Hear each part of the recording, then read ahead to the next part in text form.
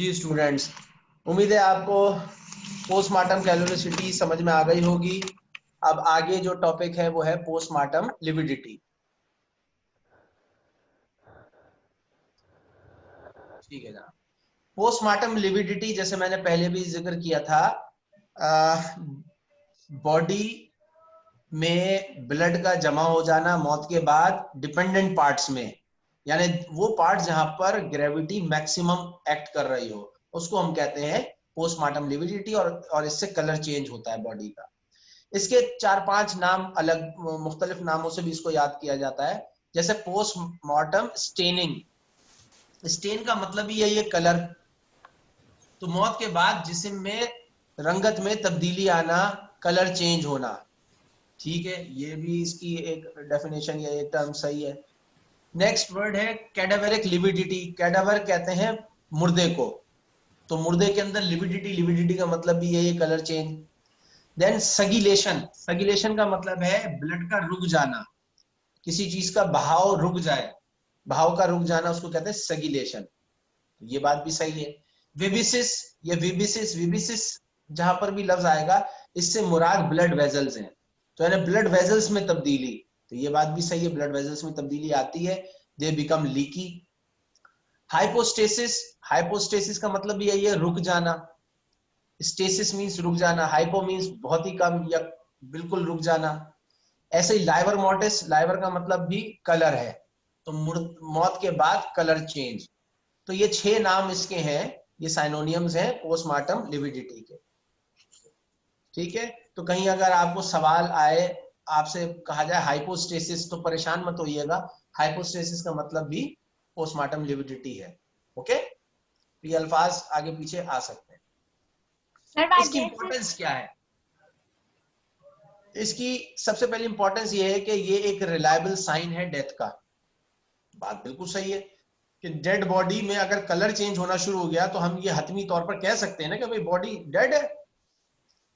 फिर इसके साथ साथ टाइम सिंस डेथ, वो जो मैंने जिक्र किया था 8 घंटे का फॉर्मूला, ठीक है, कि 8 घंटे के बाद पोस्टमार्टम लिविडिटी को चेंज नहीं कर सकते, उसकी पोजीशन चेंज नहीं कर सकते। तो उसका मतलब ये है ना कि अगर पोस्टमार्टम लिविडिटी फिक्स हुई है तो 8 घंटे से तो ज्यादा डेथ हो चुकी है ना, 8 घंटे से ज्यादा टाइम बीत चुका है, तो it also helps in the estimation time since death. तीसरी इंपॉर्टेंस क्या है? Position of the body at the time of death. फर्ज करें एक डेड बॉडी है, वो चेयर पर बैठे बैठे एक्सपायर हो गया बंदा, तो पोस्टमार्टम लिविडिटी कहाँ डेवलप होगी? पैरों में होगी, हील पर होगी, या उसके जो सिटिंग जो सरफेस है यानी हिप्स और थाइस, इस पर होगी। और अगर उसके हाथ लटके हुए हैं कुर्सी से तो हाथों पर होगी, यहाँ पर पंजे पर। तो इसका मतलब ये है कि हम एक तरीके से अंदाजा कर सकते हैं कि बॉडी की पोजीशन क्या थी मौत के वक्त। अगर वो लेट गया, करवट लिया हुआ है, राइट करवट लिया हुआ है, लेफ्ट करवट लिया हुआ है, जिस तरीके से भी पोजीशन थी at the time of since death, वो फिर उसकी पोजीशन उस तरीके से हम एस्टिमेट कर सकते हैं, क्योंकि पोजीशन के हवाले से ही पोस्टमार्टम लिविडिटी डेवलप होगी, और चूंकि जहां मैक्सिमम ग्रेविटी एक्ट कर रही होगी वहां पर पीएमएल डेवलप हो जाएगा। ठीक है, फिर PML also suggest the cause of death.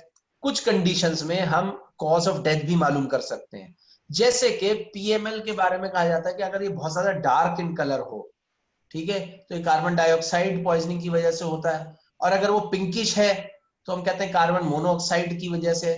लेकिन ये एब्सोल्यूट कॉज ऑफ डेथ नहीं बता सकता ये फैक्टर, ये बात याद रखिएगा। उसकी वजह ये है कि पोस्टमार्टम जो है ना, पोस्टमार्टम खाली एक्सटर्नल ऑब्जर्वेशन ही नहीं है जिस्म की, इंटरनल एग्जामिनेशन एंड ऑब्जर्वेशन भी है। तो जब मैं आपको पोस्टमार्टम पढ़ाऊंगा और उसकी वीडियो भी दिखाऊंगा तो आपको अंदाजा होगा कि पहले हम फिजिकल एग्जामिन करते हैं, देखते हैं सर से पैर तक एक एक बॉडी पार्ट को, उसके अंदर कोई फाइंडिंग होती है उसको नोट करते हैं, अगर पीएमएल डेवलप है तो उसको नोट करते हैं, कोई इंजरी का साइन है वो नोट करते हैं, कोई सर्जिकल साइन है वो नोट करते हैं, कोई पैथोलॉजिकल साइन है वो नोट करते हैं, सर से पैर तक पहले एग्जामिनेशन करते हैं। फिर हम इंटरनल बॉडी को डायसेक्ट करके अंदर विजरास को ऑब्जर्व करते हैं और उसका एग्जामिनेशन करते हैं। फिर हम सैंपल्स लेते हैं और लेबोरेटरी भिजवाते हैं विजरास को निकालते हैं, ब्लड के सैंपल्स लेते हैं, यूरिन का सैंपल लेते हैं, फीसिस का सैंपल लेते हैं, बाइल का सैंपल लेते हैं, ठीक है, और टिश्यूज का सैंपल लेते हैं, और उसके बाद में एक हतमी रिपोर्ट आती है कॉज ऑफ डेथ की। ओके, तो पीएमएल एक फैक्टर तो हो सकता है, लेकिन कंप्लीट बात यहां खत्म नहीं होती है। ओके, और आखिरी इंपॉर्टेंस ये है कि it also suggest the mood off death. ठीक है, जो मूड ऑफ डेथ भी पता हो सकता है, जैसे पता जब कॉज ऑफ डेथ होगा तो थोड़ा बहुत असेसमेंट मूड ऑफ डेथ का भी हो जाएगा कि मौत वाकई कैसे हुई है, क्या उसको एस्फिक्सिएट किया गया था, क्या वो ड्राउनिंग से हुआ था। अब खासतौर पे ड्राउनिंग, अब डूब के मरा है, तो क्या समझते हैं आपके ड्राउनिंग के केस में पीएमएल डेवलप हुई होगी या नहीं? थोड़ा दिमाग लड़ाइए।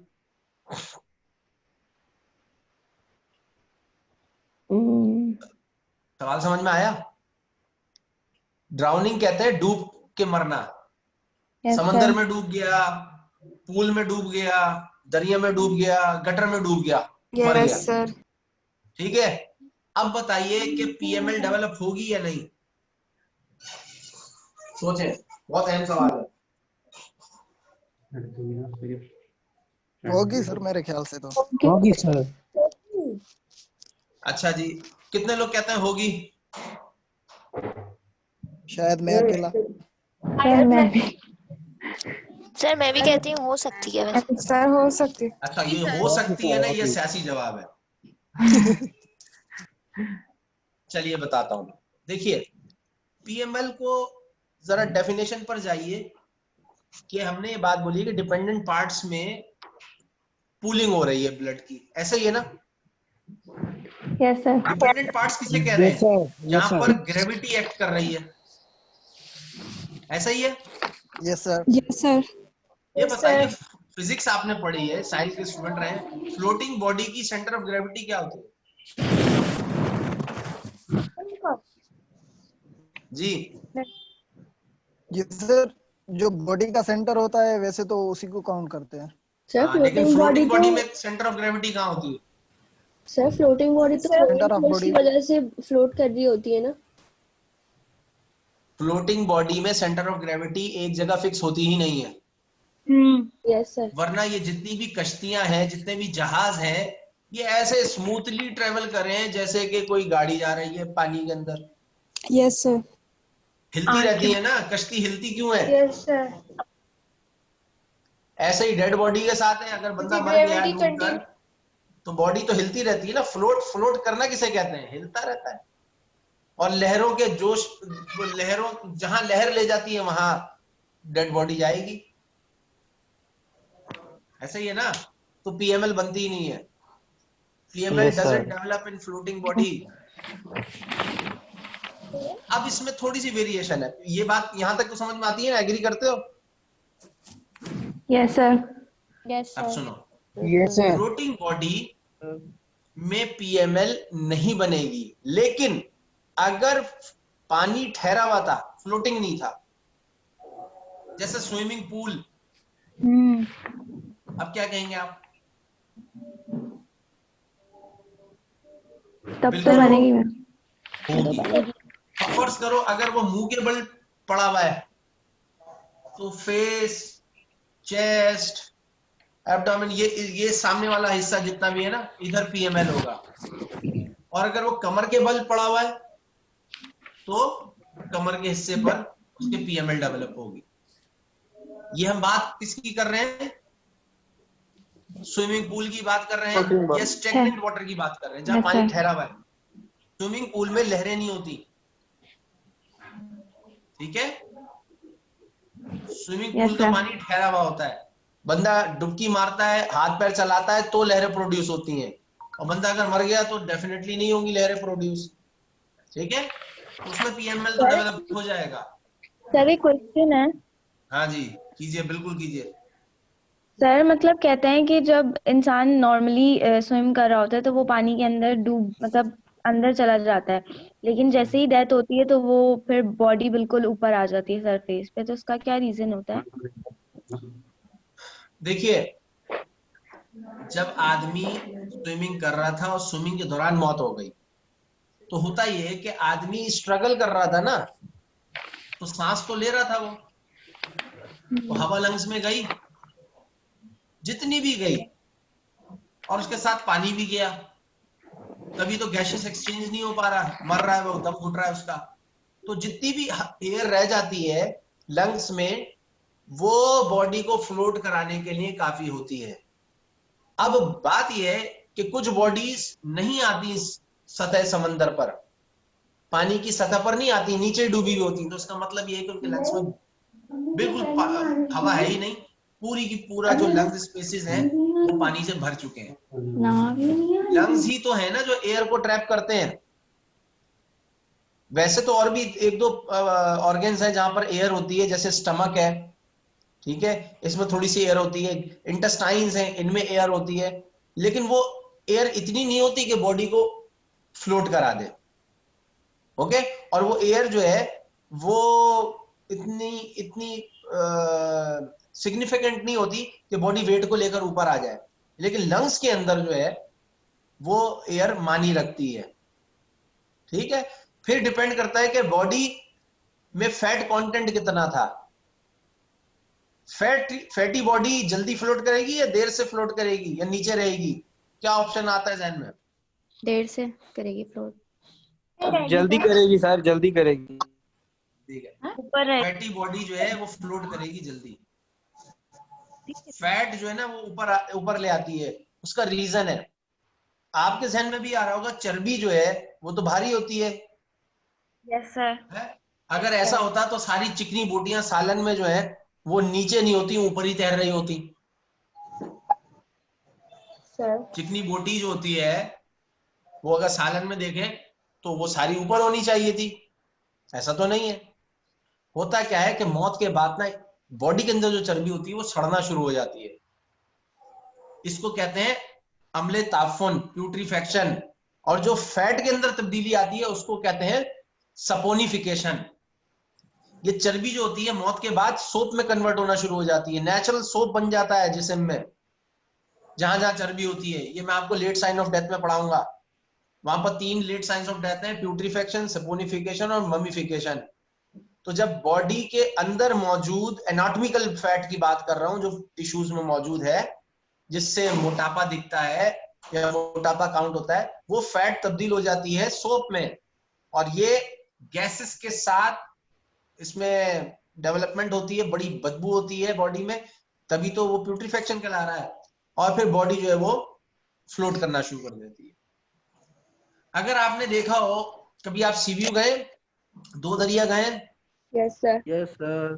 तो वहां नीचे कभी कभी मरी हुई मछलियां तैर रही होती हैं ऊपर, और बड़ी स्मेल आ रही होती है। Yes sir. ऊपर। तो वो तैर क्यों रही है, नीचे क्यों नहीं चली गई? तो ज्यादातर उनके अंदर जो फैट कंटेंट था ना वो ऊपर उनको लेकर आ गया। ठीक है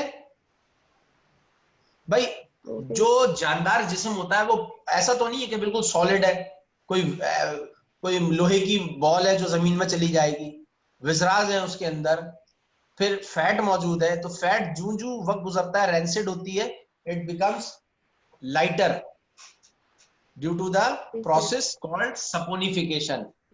सपोनिफिकेशन में गैसेस होती हैं, प्यूट्रीफेक्शन में गैसेस होती हैं, गैसेस सब जो है वो टिश्यूज में फंसी हुई होती हैं, वो सब ऊपर लेकर आ जाती हैं सरफेस पर। ठीक है, आपने देखा होगा, सुना होगा कि भाई नदी में, नाले में, दरिया में इतने लोग डूब के मर गए, लाशों की तलाश जारी है, ये एक न्यूज आती है।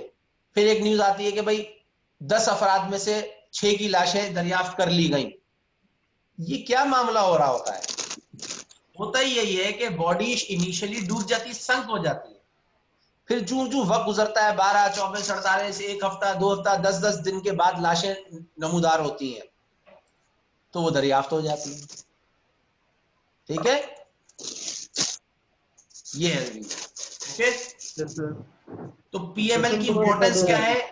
रिलायबल साइन है डेथ का, टाइम सिंस डेथ पता चलती है, पोजीशनिंग पता चलती है, कॉज ऑफ डेथ पता चलती है, और थोड़ा बहुत मूड ऑफ डेथ पता चलता है।